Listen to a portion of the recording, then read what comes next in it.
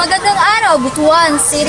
Ako po si Julian P. Piñola at narito tayo ngayon sa tanggapan ng Consuelo National High School bilang marka ng pinal na pagbubukas ng pangpaaralang SPC Press Conference. Ito ang simula ng dagsaan ng angking talino at talento mula sa paaralan ng Consuelo National High School.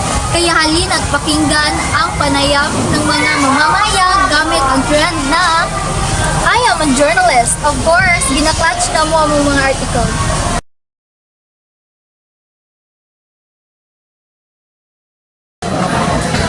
We are journalists, of course. Migrado.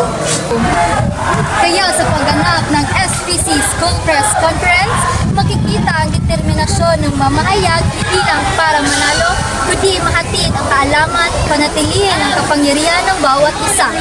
Iba-iba man ang ating layunin, ngunit tayo ay iisa.